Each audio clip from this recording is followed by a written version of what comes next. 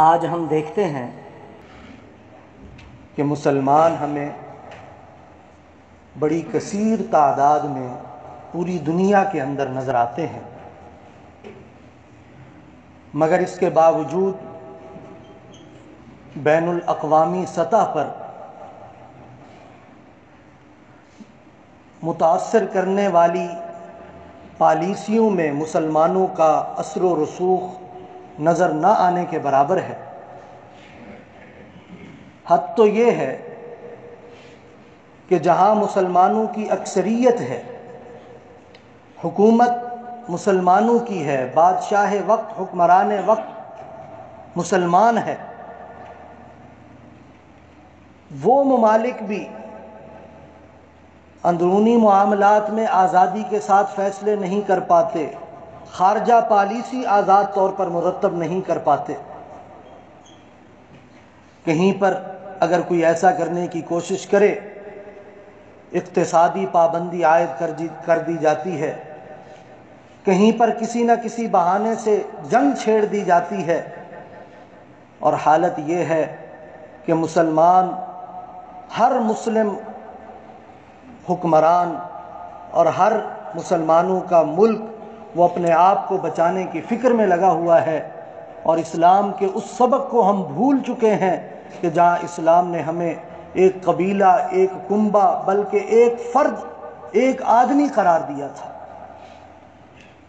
مسلمانوں کی اس حالت کو دیکھتے ہوئے حضور علیہ السلام کا وہ فرمان بالکل ہم پر صادق آتا ہے، جس میں حضور علیہ السلام نے ارشاد فرمایا تھا، ایک وقت بڑا قریب آنے والا ہے کہ تم پر غیر مسلم قوتیں ایسے ٹوٹ پڑیں گی، ایک دوسرے کو تمہارے خلاف ایسے دعوتیں دیں گی جیسے بھوکے لوگوں کو دسترخوان پر دعوت دی جاتی ہے۔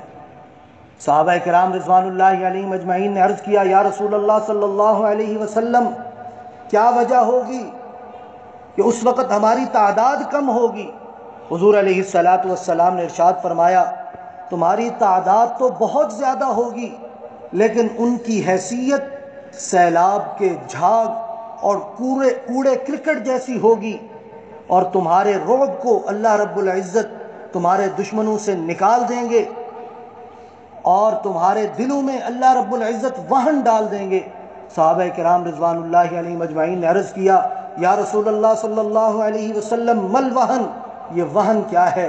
تو حضور علیہ السلام نے ارشاد فرمایا، حب الدنیا و کراہیت الموت، کہ تمہارے دلوں کے اندر دنیا کی محبت آ جائے گی اور موت کا خوف آ جائے گا۔ آج ہم خود پر غور کریں کہ کس طرح دنیا کی محبت، مال کی محبت ہمارے دلوں میں کوٹ کوٹ کر بھری ہوئی ہے، اور موت سے کس قدر ہم خوف زدہ ہو جاتے ہیں۔ جتنی دنیا کی محبت بڑھتی ہے، مال کی حرص بڑھ جاتی ہے۔ اسی وجہ سے آج ہماری گفتگو کا عنوان بھی یہی، دنیا اور مال کی محبت کی تباہ کاری، کیا کیا نقصانات ہیں، ہم یہ سمجھنے کی کوشش کریں گے۔ ایک وضاحت ابتدا میں ہی سماعت فرما لیں کہ مطلق مال کی محبت یہ نقصان دہ نہیں ہے۔ مطلق مال ہے، اچھا لگتا ہے، گھر اچھا لگتا ہے، اچھی سواری اچھی لگتی ہے، مطلق مال کی محبت یہ تباہ کن نہیں ہے، یہ نقصان دہ نہیں ہے، بلکہ ایسی محبت جو انسان کے سکون کو تباہ کر دے، حلال حرام کی تمیز کو ختم کر دے، اللہ رب العزت کے احکامات اور حضور علیہ السلام کی تعلیمات کو انسان اس محبت میں آ کر پس پشت ڈال دے، اور دنیا کی محبت آخرت کی محبت سے زیادہ ہو جائے، یہ نقصان دہ ہے اور یہ تباہ کن ہے، اور اسی سے احادیث میں اور قرآن پاک میں منع کیا گیا ہے۔ حصول مال کا مقصد کیا ہے؟ ہم سب کا ایک ہی جواب ہوگا کہ مال حاصل کرنے کی کوشش کیوں کی جاتی ہے، کاروبار کیوں کیا جاتا ہے، نوکری کیوں کی جاتی ہے؟ کہ دنیا میں انسان سکون کے ساتھ زندگی گزار سکے۔ انسان اپنے سکون کے لیے یہ محنت کرتا ہے کہ انسانی زندگی پرسکون ہو، خوشگوار ہو، اور ہم یہ بھول جاتے ہیں کہ اللہ رب العزت نے سکون کس میں رکھا ہے۔ ایک مسلمان کے لیے سکون اللہ رب العزت نے دین کے مطابق چلنے میں رکھا ہے، اور یہ دین کے مطابق چل کر سکون ایک بادشاہ بھی حاصل کر سکتا ہے، ایک فقیر بھی حاصل کر سکتا ہے۔ تو اسی لیے ہمیں کیا کرنا ہے؟ ہمیں کرنا یہ ہے کہ اللہ رب العزت نے اس دنیا کو اور دنیا کے مال و متاع کو ہمارا خادم بنایا۔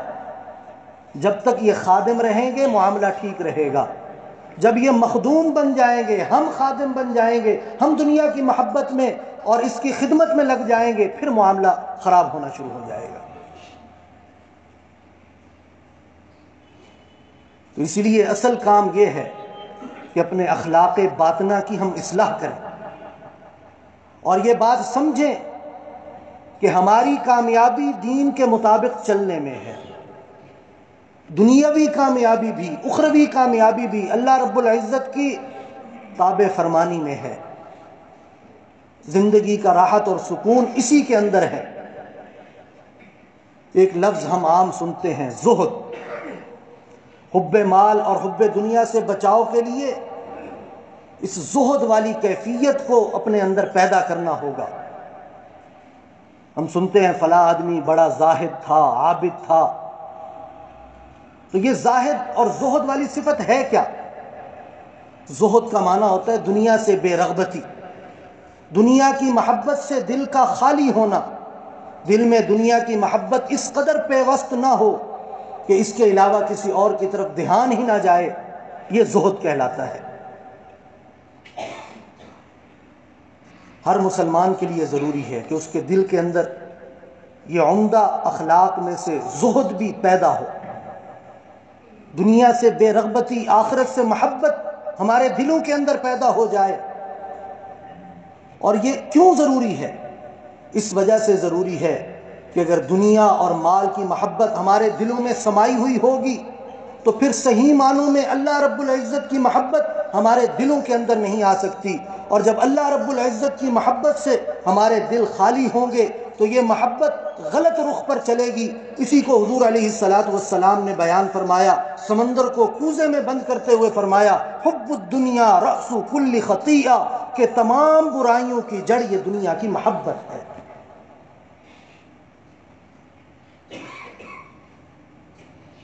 ہم سمجھیں کہ اللہ رب العزت نے ہمارے لیے اصل میں آخرت کو بنایا ہے۔ آخرت کے مقابلہ میں دنیا کی حیثیت ایک خواب کی مانند ہے۔ کیوں؟ اس وجہ سے کہ دنیا دار العمل ہے، آخرت دار الجزا ہے۔ دنیا دار الفنا ہے، آخرت دار البقا ہے۔ دنیا دار الغرور ہے، آخرت دار السرور ہے۔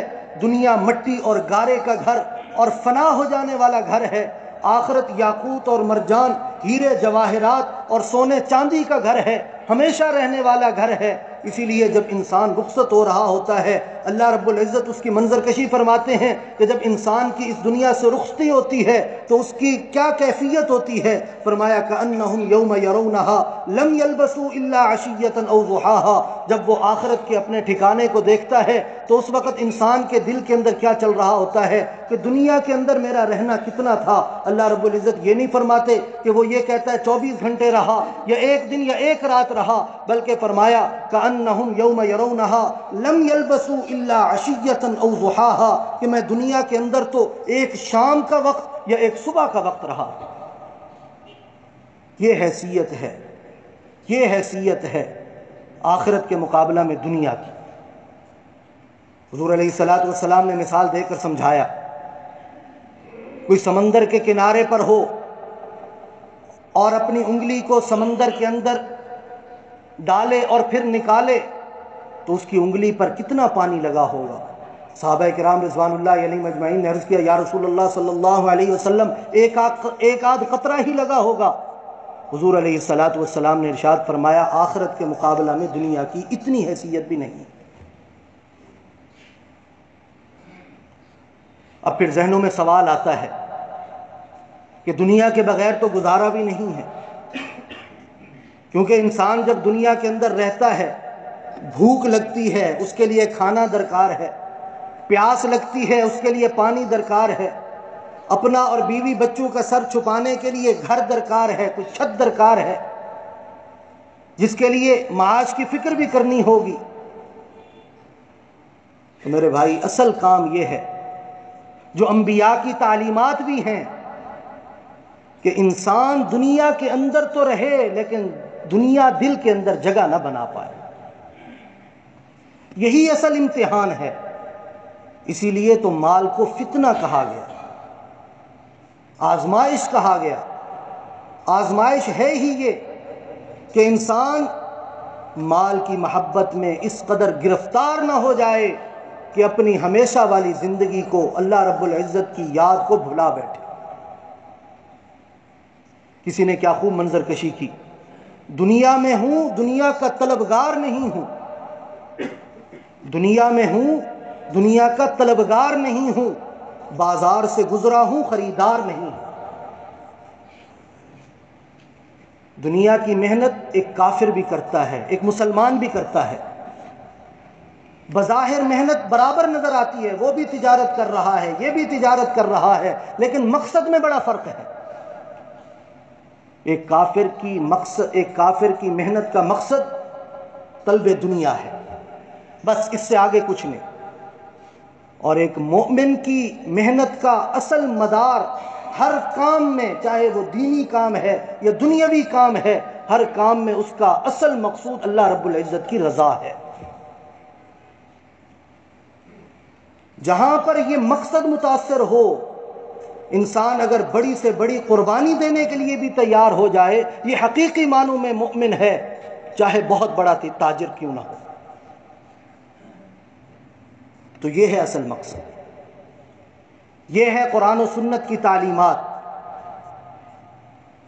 مولانا رومی رحمہ اللہ نے اس کو بڑے خوبصورت انداز میں سمجھایا، فرماتے ہیں کہ انسان کی مثال کشتی کی سی ہے اور دنیا کی مثال پانی جیسی ہے۔ جیسے کشتی پانی کے بغیر نہیں چل سکتی، ویسے ہی انسان دنیا کے بغیر نہیں چل سکتا، لیکن پانی اس کشتی کے لیے مفید کب ہوگا؟ جب پانی اس کے نیچے ہوگا، دائیں بائیں ہوگا، آگے پیچھے ہوگا، مفید ہوگا، اس کشتی کو چلاتا رہے گا۔ لیکن وہی پانی اگر اسی کشتی کے اندر آ جائے تو پھر اسی کشتی کو تباہ کر کے رکھ دے گا، ڈبا کے رکھ دے گا۔ ایسے ہی انسان دنیا کے اندر رہتا ہے، دنیا آگے ہے، پیچھے ہے، دائیں ہے، بائیں ہے، کوئی ڈر نہیں ہے، کوئی خوف نہیں ہے، لیکن اگر وہی دنیا اور دنیا کی محبت دل کے اندر اپنی جگہ بنا لیتی ہے، دل کو گرفتار کر لیتی ہے، تو یہ تباہ کن صورتحال ہے، اس سے نکلنے کی ضرورت ہے۔ اللہ رب العزت نے بڑی سخت وعید بیان فرمائی ایسے لوگوں کے لیے کہ جن کو آخرت نظر نہیں آتی، دنیا بڑی نظر آتی ہے، دنیا کو ترجیح دے دیتے ہیں آخرت کے مقابلہ میں، اللہ رب العزت کی نافرمانی کر بیٹھتے ہیں۔ فرمایا فَأَمَّا مَنْ طَغَىٰ، ایسے لوگ سرکش ہیں، وَآثَرَ الْحَيَاةَ الدُّنْيَا، دنیاوی زندگی کو ترجیح دیتے ہیں، فَإِنَّ الْجَحِيمَ هِيَ الْمَأْوَىٰ، ایسے لوگوں کا ٹھکانہ جہنم ہے۔ حالانکہ ہم سب کا عقیدہ ہے، قرآن پاک میں اللہ رب العزت بیان فرماتے ہیں وَالْآخِرَةُ خَيْرٌ لَكَ مِنَ الْأُولَىٰ، کہ آخرت دنیا سے بہتر ہے۔ ہم سب یہ سمجھتے ہیں، اس کے باوجود اگر عمل اس کے مطابق نہیں ہو پا رہا تو یہ خطرے والی بات ہے، نقصان والی بات ہے۔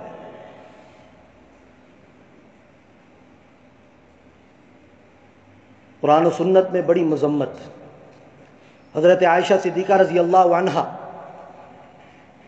حضور علیہ السلام کے اور صحابہ کرام رضوان اللہ علیہم اجمعین کے ابتدائی دور کی منظر کشی فرماتی ہیں کہ مدینہ منورہ میں ہم تھے، میرے پاس ایک کپڑا آیا، سوتی کپڑا تھا، نقش و نگار بنے ہوئے تھے، کہ بہت مہنگا کپڑا یا اعلیٰ کپڑا نہیں تھا، اور حالت کیا تھی کہ مدینہ میں جب بھی کسی کو دلہن بنانا ہوتا، کسی کی شادی ہوتی، مجھ سے وہ کپڑا مانگا جاتا کہ وہ دلہن کو پہنایا جائے گا۔ اس جیسا کپڑا پورے مدینہ کے اندر نہیں تھا۔ پھر جس وقت یہ بیان کرتی ہیں اس وقت کی منظر کشی فرماتی ہیں آج دور ہے کہ اسی طرح کا کپڑا مدینہ کے بازاروں میں موجود ہے، اور وہ کپڑا اگر میں اپنی کسی باندی کو بھی دیتی ہوں وہ بھی لینے کے لیے تیار نہیں ہوتی۔ ایک وہ وقت تھا، ایک آج فراوانی کا وقت ہے۔ ان دونوں اوقات کو مد نظر رکھیں، اور جس وقت حضور علیہ السلام نے یہ حکم فرمایا ہوگا کہ مجھے تمہارے فقر و فاقہ سے کوئی اندیشہ نہیں ہے، کوئی خطرہ نہیں ہے، مجھے خطرہ تو یہ ہے کہ تمہیں مال عطا ہو جائے گا۔ حضور علیہ السلام فقر و فاقہ کے دور میں یہ فرما رہے ہیں کہ مجھے تمہارے فقر سے کوئی خوف نہیں ہے، مجھے خوف ہے تو اس بات کا ہے کہ تمہیں مال و متاع کی فراوانی حاصل ہو جائے گی، جیسے گزشتہ امتوں کو حاصل ہوتی رہی، اور پھر گزشتہ امتوں کو اسی مال کی محبت نے ہلاک کر دیا، کہیں تمہیں بھی یہ مال کی محبت ہلاک نہ کر دے، مجھے یہ خطرہ ہے۔ اسی لیے فرمایا ان لکل امت فتنہ، ہر امت کے لیے آزمائش ہوتی ہے، ہر امت کے لیے ایک فتنہ ہوتا ہے۔ وَإِنَّ فِتْنَةَ أُمَّتِ الْمَالِ، اور میری امت کا فتنہ وہ مال ہے۔ اور پھر کتنی محبت حضور علیہ السلام نے اس کی بھی منظر کشی فرمائی کہ ہونا تو یہ چاہیے کہ انسان جوں جوں ظاہری اسباب میں اپنے آخرت والے گھر کے قریب ہو، تو انسان کے دل سے دنیا کی محبت نکلتی چلی جائے اور آخرت کی محبت آتی چلی جائے۔ لیکن حضور علیہ السلام نے ارشاد فرمایا، انسان کی حالت کو بیان فرمایا کہ جیسے جیسے ابن آدم کی عمر بڑھتی چلی جاتی ہے، ویسے ویسے دو چیزوں کی محبت اس کے دل میں بڑھتی چلی جاتی ہے۔ ایک فرمایا دنیا کی محبت، مال کی محبت اس کے دل میں بڑھتی چلی جاتی ہے۔ جوں جوں عمر بڑھتی ہے ویسے ہی انسان کے دل میں مال کی محبت بھی بڑھتی چلی جاتی ہے۔ اور دوسرا فرمایا کہ لمبے عرصے میں دنیا کے اندر رہنے کی امید، طول العمر، لمبے عمر کی امید بھی انسان کے دل میں بڑھتی چلی جاتی ہے۔ جب یہ دونوں امیدیں جوان ہوتی چلی جائیں گی تو انسان اپنے آخرت والے گھر کی تیاری کیسے کرے گا؟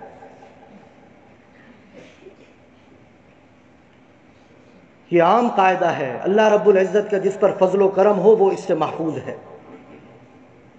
تو ایسی حالت میں ہمیں کیا کرنا چاہیے؟ ہمیں وہی کرنا چاہیے جو انبیاء کرام اور صحابہ کرام رضوان اللہ علیہم اجمعین نے کیا ایسے موقع پر۔ حضرت سلیمان علیہ السلام اللہ رب العزت کے برگزیدہ پیغمبر ہیں، اللہ رب العزت نے بڑے بڑے معجزات عطا کیے، بیک وقت پیغمبر بھی تھے، بادشاہ بھی تھے، اور بادشاہت صرف انسانوں پر نہیں، جنات پر بھی، چرند پرند پر بھی، حیوانات پر بھی۔ مختلف بولیاں جانتے تھے، صرف انسانوں کی نہیں، جنات کی بھی، حیوانات کی بھی، چرند پرند کی بھی۔ ان کا واقعہ اللہ رب العزت نے سورہ صاد میں بیان فرمایا کہ ان کو گھوڑوں سے بڑی محبت تھی۔ ایک بار استبل سے کچھ گھوڑے منگوائے، ان کا معائنہ شروع کیا، شام کا وقت تھا، سورج غروب ہوتے ہوتے سورج غروب ہو گیا۔ سورج غروب ہونے سے پہلے والی عبادت یا جو نماز تھی جو اللہ رب العزت نے ان کے ذمہ لگائی تھی وہ رہ گئی۔ جب اللہ رب العزت نے اپنی طرف رجوع کا دل میں خیال ڈالا تو فوراً پکار اٹھے، انی احببت حب الخیر عن ذکر ربی، کہ میں نے اپنے رب کے ذکر پر دنیا کی محبت کو ترجیح دے دی۔ فوراً وہ گھوڑے منگوائے اور اللہ رب العزت کے راستہ میں قربان کر دیے۔ اسی طرح ایک تفصیلی واقعہ، اس کا خلاصہ بیان کروں گا۔ حضرت کعب بن مالک رضی اللہ عنہ فرماتے ہیں حضور علیہ السلام نے غزوہ تبوک کے موقع پر سارے صحابہ کو بیان کیا کہ ہم نے کفار کے مقابلہ کے لیے نکلنا ہے، تبوک کا سفر کرنا ہے، تیاری شروع کر دو۔ کہتے ہیں اس وقت جو میری حالت تھی اس سے پہلے کبھی نہیں تھی، پہلے کبھی میرے پاس 2 سواریاں ایک وقت میں اکٹھے نہیں ہوا کرتی تھی، اس وقت میرے پاس 2 سواریاں تھیں۔ پھر حضور علیہ السلام نے عطیات دینے کا اعلان فرمایا، لوگوں نے بڑھ چڑھ کر حصہ لیا۔ یہ وہی موقع ہے کہ جہاں حضرت عثمان غنی رضی اللہ عنہ نے اپنے گھر کا 1/3 عطا کر دیا، حضرت فاروق اعظم رضی اللہ عنہ نے نصف گھر لا کے دے دیا، نصف گھر کا سامان عطا کر دیا، اور حضرت صدیق اکبر رضی اللہ عنہ نے پورا کا پورا گھر سب کچھ لا کے حضور علیہ السلام کے قدموں میں ڈال دیا، جس کی شاعر منظر کشی کرتا ہے، اصحاب پاک مصطفیٰ کو رب نے کیا جگر دیا، سبھی نے بے دھڑک لا لا کے مال و زر دیا، کسی نے لا ثلث دیا، کسی نے نصف گھر دیا، مگر عائشہ کے باپ نے دیا تو اس قدر دیا، خدا کے نام کے سوا جو کچھ تھا لا کے دھر دیا۔ یہ وہ موقع۔ حضرت کعب فرماتے ہیں کہ صحابہ کرام نے تیاریاں شروع کر دیں۔ کہتے ہیں کہ اس وقت میرا پاس مال و متاع کی فراوانی تھی، میرا ایک باغ بھی پکنے والا تھا، اس کی محبت بھی دل کے اندر تھی، لیکن دل کے اندر یہ خیال تھا کہ جاؤں گا صحیح۔ حتیٰ کہ حضور علیہ السلام نے رخت سفر باندھا، صحابہ کرام بھی چل پڑے، ابھی بھی میرے دل میں یہ خیال، میرے پاس تو سواریاں ہیں، میں جا کے پہنچ جاؤں گا۔ کہتے اسی طرح دن گزرتے گئے، یہاں تک کہ وقت ہی نکل گیا۔ حضور علیہ السلام نے راستہ میں کسی صحابی سے پوچھا کہ کعب کہاں ہیں، تو انہوں نے جواب دیا کہ مال کی محبت ان کے آنے میں رکاوٹ بن گئی۔ کہتے ہیں جب حضور علیہ السلام کی واپسی کا وقت ہوا، واپسی کا سفر باندھا، ادھر میں پریشان، کیونکہ میں مدینہ کے اندر بوڑھوں کو دیکھتا تھا، بچوں کو دیکھتا تھا، معذوروں کو دیکھتا تھا، یا ان کو دیکھتا تھا جن کے بارے میں ہمیں پتہ تھا کہ یہ منافق ہیں۔ حضور علیہ السلام تشریف لے آئے، ہر ایک اپنا اپنا عذر بیان کر رہا ہے۔ کہتے میں بھی پہنچا، سلام کیا، حضور علیہ السلام نے غصے سے ملی مسکراہٹ کے ساتھ مجھے جواب دیا اور میرے سے عذر پوچھا۔ میں نے کہا یا رسول اللہ صلی اللہ علیہ وسلم، آپ کی جگہ کوئی اور ہوتا میں جھوٹ بول کر اپنی جان بچا لیتا، لیکن آپ کے سامنے جھوٹ نہیں بولوں گا، میں قصوروار ہوں، میں نے سستی کی ہے۔ حضور علیہ السلام نے فرمایا کہ یہاں سے چلے جاؤ اور اللہ رب العزت کے حکم کا انتظار کرو۔ کہتے وقت گزرتا گیا، سوشل بائیکاٹ ہو گیا، کوئی مجھے سلام نہ کرتا، کسی کو میں سلام کرتا وہ جواب نہ دیتا۔ کہتے زمین اپنی وسعت کے باوجود مجھ پر تنگ ہو گئی، زندگی اجیرن ہو گئی۔ 40 دن گزرے تو حضور علیہ السلام نے ایک اور حکم صادر فرمایا کہ آج کے بعد اپنی بیویوں کے بھی قریب نہیں جا سکتے۔ بیویوں نے بھی اپنے پاس آنے سے منع کر دیا، لیکن توبہ اور استغفار کرتے رہے، اللہ رب العزت کی طرف متوجہ رہے۔ 50 دن اسی حالت میں گزر گئے۔ فرماتے ہیں کہ انہی دوران میں نے پوچھا کہ میرے جیسا کوئی اور بھی ہے، تو مجھے جواب دیا گیا ہاں 2 اور صحابہ بھی ہیں، حضرت مرارہ بن ربیع اور حضرت ہلال بن امیہ، ان کے ساتھ بھی حضور علیہ السلام نے یہی معاملہ کیا جس کو قرآن پاک نے بیان کیا وَعَلَى الثَّلَاثَةِ الَّذِينَ خُلِّفُوا، کہ وہ جو 3 پیچھے رہ جانے والے تھے۔ کہتے 50ویں دن ایک شخص مجھے خوشخبری سناتا ہے کہ اللہ رب العزت نے تمہاری توبہ کو قبول کر لیا۔ میں خوشی کے مارے حضور علیہ السلام کی خدمت میں پہنچا۔ حضور علیہ السلام نے نماز فجر ادا کی اور صحابہ کرام رضوان اللہ علیہم اجمعین کے سامنے اعلان کیا کہ میرے ان 3 صحابہ کی توبہ قبول کر لی اللہ رب العزت نے۔ میں خوشی کے مارے حضور علیہ السلام کے پاس پہنچا۔ حضور علیہ السلام کا 14ویں چاند جیسا چہرہ چمک رہا تھا۔ حضور علیہ السلام نے خوشی کا اظہار فرمایا اور فرمایا مبارک ہو، اللہ رب العزت نے تمہاری توبہ کو قبول کر لیا ہے۔ اب ان صحابی کا عمل دیکھیے۔ صحابی کہتے ہیں کہ میں نے شکرانے کے طور پر حضور علیہ السلام کے سامنے عرض کیا یا رسول اللہ صلی اللہ علیہ وسلم، اللہ رب العزت نے مجھ پر یہ احسان کیا ہے، میری توبہ کو قبول کیا ہے، اس کے شکرانے کے طور پر اپنا میں سارا مال اللہ اور اس کے رسول کے راستے میں وقف کرتا ہوں، جس کی وجہ سے میں تبوک سے پیچھے رہ گیا۔ حضور علیہ السلام نے پہلے قبول فرمایا، ان کا وقف قبول ہوا، واپس ان کو مال عطا کر دیا، انہی کو واپس کر دیا۔ تو یہ ہے صحابہ کرام رضوان اللہ علیہم اجمعین کا عمل، انبیاء کرام علیہم السلام کا عمل۔ کہ مال کی محبت تھی نہیں. اگر کبھی اکا دکا ایسے واقعات ہو گئے ہماری تعلیم کے لیے تو اللہ رب العزت نے وہاں پر بھی ہمارے لیے ایک نمونہ سیٹ کیا. تو اسی لیے ضروری ہے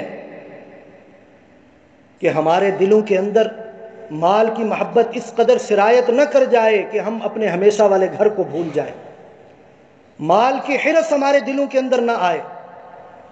مطلق مال کی محبت میں نے پہلے عرض کیا کہ یہ ممنوع نہیں ہے، اللہ رب العزت نے منع نہیں کیا. یہ ایک فطرتی معاملہ ہے، لیکن ایسا کہ اس کے اندر حرص آ جائے، پھر حلال حرام کی تمیز انسان کے دلوں سے نکل جائے اور وہی مال غرور اور تکبر کا سبب بن جائے، احکامات الہی سے رکاوٹ کا سبب بن جائے، تو یہ نقصان دہ اور تباہ کن ہے. حضور علیہ السلام نے ارشاد فرمایا کہ دو بھوکے بھیڑیوں کو بکریوں کے ریوڑ میں چھوڑ دیا جائے، وہ اتنا بکریوں کو تباہ نہیں کرتے جتنا انسان کے دل کے اندر مال کا حرص آ جائے، عزت کا حرص آ جائے، وہ انسان کے ایمان کو تباہ و برباد کرتا ہے. تو اسی لیے ہمیں ضرورت ہے اس امر کی کہ اگر ہمارے دلوں کے اندر یہ چیز ہے تو اس کو اپنے دلوں سے باہر نکالیں. اس کا علاج بھی مختلف قرآن و سنت میں بیان کیے گئے. مثلا ایک علاج حضور علیہ السلام نے ارشاد فرمایا موت کو کثرت سے یاد کرو. فرمایا لذتوں کو توڑنے والی چیز یعنی موت کو کثرت سے یاد کرو. جب موت کو کثرت سے یاد کریں گے دنیا کی محبت دل سے نکلے گی، آخرت کی محبت دل کے اندر آئے گی. اسی طرح اسراف اور فضول خرچی سے بھی اجتناب کریں. ان المبذرین کانوا اخوان الشیاطین، یہ فضول خرچی کرنے والے شیطان کے بھائی ہیں. جب انسان فضول خرچی کرتا ہے، جائز طریقے سے ضروریات پوری نہیں ہوتی، پھر حرام کی طرف جاتا ہے اور مال کی محبت دل کے اندر سرایت کرتی ہے. اسی طرح اپنے خواہشات پر کنٹرول کریں. جب کنٹرول ہوگا تو جائز طریقے سے اپنی خواہشات کو پورا کرنا آسان ہوگا. اور سب سے بڑی دولت جو اللہ رب العزت نے ہمیں عطا کی، اگر کسی کو عطا ہے تو اس کے لیے بڑی خوشخبری ہے، اور وہ دولت قناعت کی ہے. جو اللہ رب العزت نے دے دیا اس پر راضی ہو جائیں، اس پر قانع ہو جائیں. اور یہ ایسی دولت ہے کہ اگر فقیروں کو بھی عطا ہو جائے تو وہ بادشاہوں سے بڑے بادشاہ ہو جایا کرتے ہیں. کیونکہ بادشاہوں کو بھی اگر یہ قناعت والی دولت میسر نہ ہو تو ایک بادشاہ ایک ملک کے ساتھ دوسرے کو ملانے کی کوشش کرے گا، تیسرے کو ملانے کی کوشش کرے گا، اپنی رعایا کو بڑھانے کی کوشش کرے گا، پاور کو بڑھانے کی کوشش کرے گا. کیوں؟ کیونکہ دل کے اندر قناعت والی دولت نہیں ہوگی. تو وہ بادشاہ ہو کر بھی فقیر ہوگا. اور جس کے دل کے اندر یہ قناعت والی دولت آ گئی، جو اللہ نے دے دیا اس پر راضی رہنا، یہ ہمیں آ جائے تو ہم فقیر ہو کر بھی بادشاہ بن جائیں گے. حضور علیہ السلام نے ارشاد فرمایا لیس الغنا عن کثرت العرض، امیری یہ مال و متاع کا زیادہ ہونا نہیں ہے، ولکن الغنا غنى النفس، لیکن حقیقی امیری دل کا غنی، دل کا امیر ہونا ہے. اسی لیے حضور علیہ السلام نے ارشاد فرمایا قد افلح من اسلم، وہ کامیاب ہو گیا جو اسلام قبول کر لیا. ورزق کفافا، جتنی ضرورت تھی اللہ رب العزت نے روزی بھی دے دی. وقنعہ اللہ بما آتاہ، اور جو اللہ نے اس کو دیا تھا اس پر قناعت بھی اس کو آ گئی. فرمایا یہ شخص حقیقی معنوں میں کامیاب ہے. اور اسی طرح ایک جو ہم نے صحابہ کرام اور حضور علیہ السلام کے واقعات دیکھے، اللہ رب العزت نے قرآن پاک میں بھی ہمیں یہی سکھایا کہ جب دنیا کی محبت دل میں زیادہ ہو رہی ہو تو پھر کیا کرو، لن تنالوا البر حتى تنفقوا مما تحبون، اپنی پسندیدہ چیزوں کو اللہ رب العزت کے راستے میں خرچ کرو. تو یہ چند گزارشات تھی اس حوالے سے کہ دنیا اور مال کی محبت، اس قدر محبت کہ انسان اللہ رب العزت کے احکامات کو بھول جائے، یہ ممنوع ہے، اللہ رب العزت نے منع کیا ہے. اور ہمارے لیے سمجھنے کی بات یہ ہے کہ دنیا دار الفنا ہے، آخرت دار البقا ہے. دنیا دار العمل ہے، آخرت دار الجزا ہے. دنیا دار الغرور ہے، آخرت دار السرور ہے. اللہ رب العزت ہم سب کو سمجھ عطا فرمائے اور حد سے زیادہ مال کی محبت سے محفوظ فرمائے اور آخرت کی تیاری کرنے کی توفیق عطا فرمائے. وآخر دعوانا ان الحمد للہ رب العالمین. سنت ادا فرمائے.